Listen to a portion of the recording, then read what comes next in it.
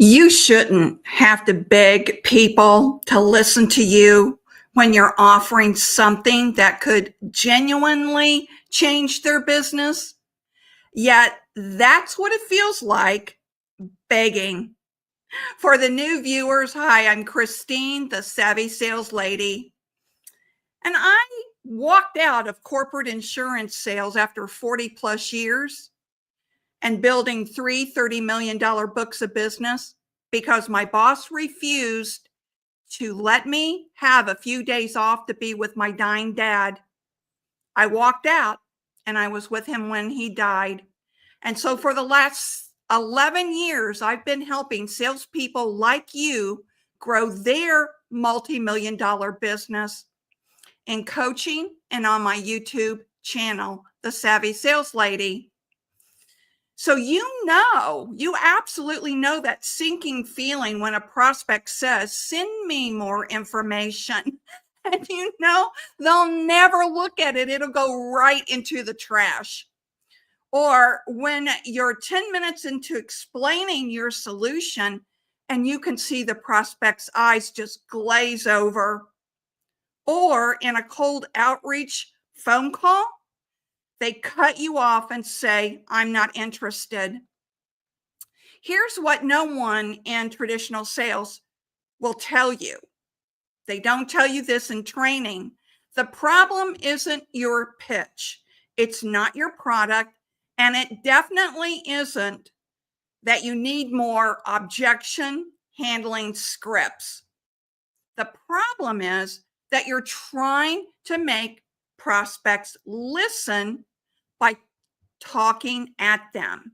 Okay, now I know you've heard this, but stay with me because what no one tells you is the secret framework, how to compel someone to listen. And that's what you're going to learn in this live stream today. Has nothing to do with sales tactics and everything to do with mindset and human psychology. And once you see this framework and how it works, you'll never approach a sales conversation the same way again. Now, I have been testing this with my clients who have volunteered to try this framework along with me, and it is working so well. So stay with me until the end so you get all of the components. Okay, so let's talk about the real problem first, the real problem you're facing, not the surface stuff, but the deep stuff. So the external problem is your prospects aren't engaging. They're not returning calls. They're saying, not right now, even when you know they need what you're offering. But that's not the real problem. The internal problem is this. You feel invisible. You feel irrelevant. Like no matter what you say, it doesn't land. You're working your butt off, doing everything your sales manager taught you, and still crickets. So here's the problem. The one that keeps you up at 2 a.m. is what I said in the beginning.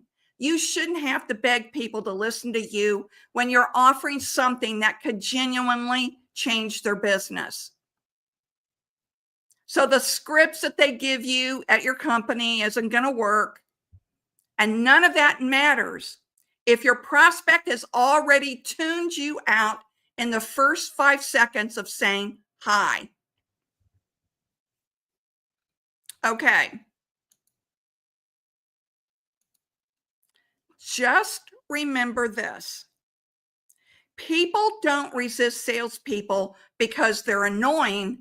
They resist because they don't see themselves in the story you're telling. This is so critical, and you need to learn the framework on this. Because I get it. I've been there. Oh my gosh. I've sat on those calls where I knew I could help someone and watch them choose to stay stuck rather than to listen to what I had to say. It's maddening. And here's what I learned after years of studying mindset, consumer behavior, and how people actually make decisions. People don't resist salespeople because they're annoying. They resist because they don't see themselves in the story you're telling them. I've had hundreds of sales professionals that I've worked with over 11 years with the same frustration. But here's one simple truth. Every human being is living inside their own story, and they're the hero of that story. I told you part of my short story in the very beginning of this video. But in a sales situation, that's completely different. I don't want to be the hero. When you try to make your solution the hero, you lose them instantly. But when you position yourself as the guide who helps them become the hero, they listen. So here are 3 simple steps we're going to go over. Here's the first one. Step 1, enter their story. Don't start your own. Now, I see we have people that are watching. If you'll tell me in the comments where you're watching from, I'd love to know. If you have any questions, I'd be happy to answer your questions while we're live. So this is the first framework. And I'm teaching this to my current clients, and I'm teaching the members in my online sales community called the Sellers Mind Lab. We'll talk about that at the end. And it's to make prospects unable to ignore what you're saying. When you make them their story, they will absolutely stay with you. So enter into their story. Don't start your own. Most people, salespeople, open with, "Hi, I'm calling from XYZ company. We help businesses with," stop, full stop. That's your story. Your prospect doesn't care about your story. I used to teach this, and it doesn't work. They only care about their story. So instead, open by naming where they are in their story. And yes, this does take some research. I'm reaching out because I noticed your company just expanded into the Southeast region, and I'm guessing the last 3 months have been a bit chaotic trying to scale your sales team. See what just happened? That's an actual quote of a conversation I had recently with a business.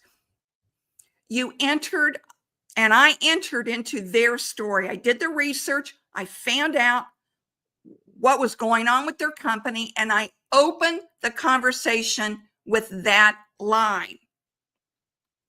Actually, this is what I said, okay?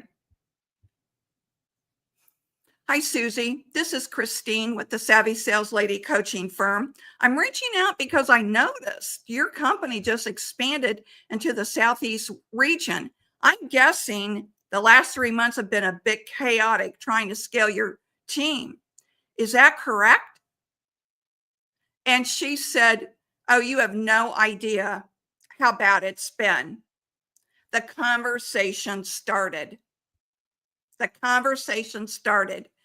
You entered into their story. I entered into her story of chaos. And what that does is it shows you understand their world. You made it about them. Okay, now here's the next part. Step 2, name the villain. Now that's the thing standing between them and what they want. That's the villain, their problem or issue. And every story has a villain. But here's the key. The villain is never the prospect. The villain is the thing that's standing between them and what they want. It could be an outdated system that wastes their time, a lack of clarity on what's actually working. It could be market conditions making everything harder. It could be that internal voice telling them they're not good enough. I mean, you know what the majority of the pain points are in your product and service. You know what the majority of them are. So you lead with the pain point and make the pain point the villain. Okay? When you name the villain out loud, something powerful happens. Your prospect now feels seen, understood, and they start to trust you because you're not pretending their struggle doesn't exist. You're not pretending. The real problem isn't that you don't have leads. It's that you don't trust your process enough to predict which activities actually move the needle. So you're just throwing spaghetti on the wall and hoping something sticks. And it's exhausting.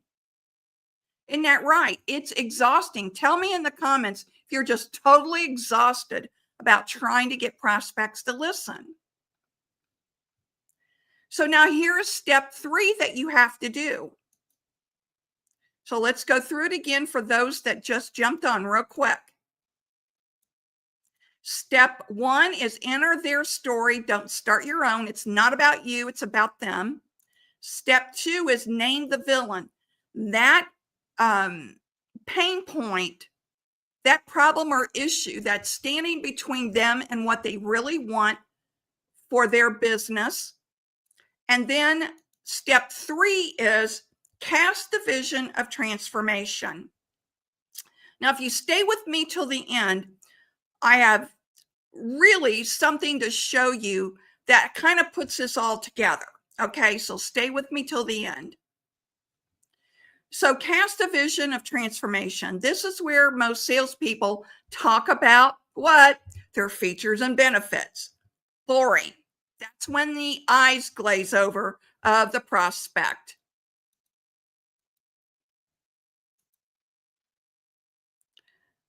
Oh, you're really live. I thought this was pre-recorded. Hi, David. No, I'm live. Thanks for watching. David L. Gray is a sales pro. He is very good at sales. And I know him well. He's a friend. So, as I said, most sales professionals lead with features and benefits, and that's boring, causes their eyes to glaze over. Instead, paint the picture of who they become when they solve the problem. Now, it's not what they get, it's who they become. Okay? Who they become. So you can say something like, imagine walking into Monday morning meetings knowing exactly which deals are going to close this month. You're painting a picture. Realtors do a really good job at this. They paint the picture of, imagine cooking Thanksgiving dinner or Christmas dinner in this beautiful kitchen, and everyone's gathered at the kitchen counter, and you're sitting there, and they paint that picture of that prospect living in that house already. So let me go back through this again. Imagine walking into Monday morning meetings knowing exactly which deals are going to close this month. No more guessing, no more anxiety, just confidence. You're making strategic decisions instead of reactive ones. Your team actually respects your leadership, and you finally stop feeling like you're winging it. Do you see what they did here? See what this is? That's a transformation. Imagine walking into Monday morning meetings knowing exactly what deals are going to close. The problem is getting solved. No more guessing, no more anxiety. Now, this is helping them feel better about this decision. No more stress, no more anxiety. They feel relief. They are confident in this Monday morning meeting. You've got to paint the picture of how it's going to feel in the future if they make that deal today, or in the future if they make that deal. Now, what are the stakes? Let's talk about that.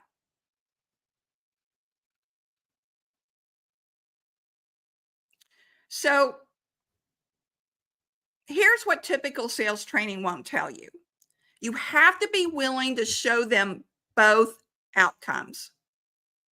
All right. And this is hard for some salespeople because they view it as being pushy or being too aggressive. And I argue against that, and you'll see why. If your prospect doesn't solve this problem, what happens? Not in your business, but in their life. Okay. And here's an example.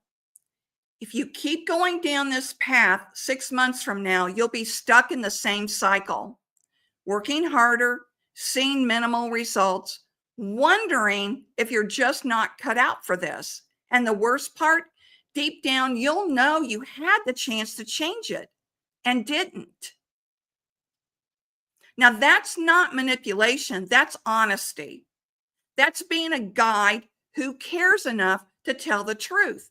Now, if that's hard for you to say, then ask the question, if this doesn't get solved, what's going to happen over the next 6 months if this problem doesn't get solved? Have them name it. All right? You can do it that way as well. Then you can say, here's what success looks like. But when you do solve it, 6 months from now, you're hitting quota consistently.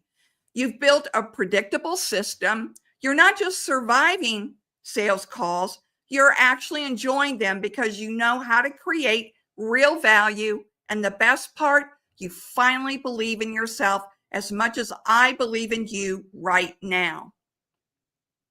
So you can take this and apply it to your prospect and your prospect's problems and issues. So you're telling them what the future could look like. All right. This is exactly what I have been teaching my current clients to do, and it's working. They're having great success with this because people make decisions to move away from pain and towards pleasure. That's why you want to show them both. This is what happens if they don't take action. This is what will happen when they do take action. Okay. So here's what I want you to do right now. Think about your next sales conversation, not as a pitch, as a story. So I want you to write this down. All right, write this down. Whose story am I entering? Okay, and this will change with every prospect. What do they want more than anything? What does that prospect want more than anything? What's the villain keeping them from getting it? What's their pain issues? What's the problem that's causing them from getting what they want? How do I position myself as the guide, not the hero? Remember, the prospect is the hero. And what does transformation actually look like for them? What does transformation actually look like for them? Now, I know this might be hard to wrap your head around all of this. So I want to suggest two things for you. I want to suggest two things for you. And it takes a while to work through this because you have to structure your entire conversation around their story, not your product, not the company that you work for, but it's all got to be around them. The secret to compelling prospects to listen isn't talking louder. It's saying something they can't afford to ignore. And the thing that they can't afford to ignore, well, it's this truth about their own story, where they are, where they want to go, and what's actually stopping them. When you can articulate their story better than they can, they don't just listen, they lean in, they ask questions, and then they say, how do we get started? Not because you're a great salesperson, but because you're a great guide in the story they're already living in. Now, I know this can sound complicated. So I have started an online community called the Seller's Mind Lab. And this is for sales professionals. And on Monday, we're kicking off all kinds of different scenarios on how this works. I'm helping my members to craft their own prospect story frames. And if you want to be in on that, then you can, here it is right here. You can scan that QR code and be involved in the Seller's Mind Lab. You can try it for 30 days. If you don't like it, then you can leave. It's really that simple. So now here's the other thing that I want you to look at. This will really help you too. This is all based on Donald Miller's book, Building a Story Brand 2.0.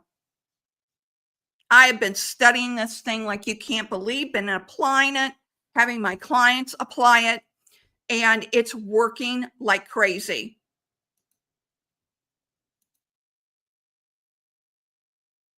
Yeah. Oh, yes, Clayton. He started in the lab already. Thank you, Clayton. You're right. You've been on since the beginning. Great advice. Thank you, Clayton. But this Story Brand 2.0 is part of the framework that we went over today. This is a very long, well, I won't say it's a long process, but the framework is in 5 different steps. I gave you 3. We're working on this inside the Seller's Mind Lab starting Monday. So scan that QR code. If you want to read this book, and I highly recommend it, if you're on YouTube watching this, look for the link in the description area below. I am an Amazon affiliate, and I recommend books all the time to my clients, to my channel. And this is one of the books that if you want to support the Savvy Sales Lady YouTube channel, use that affiliate link. It won't cost you any more. It just helps with the channel.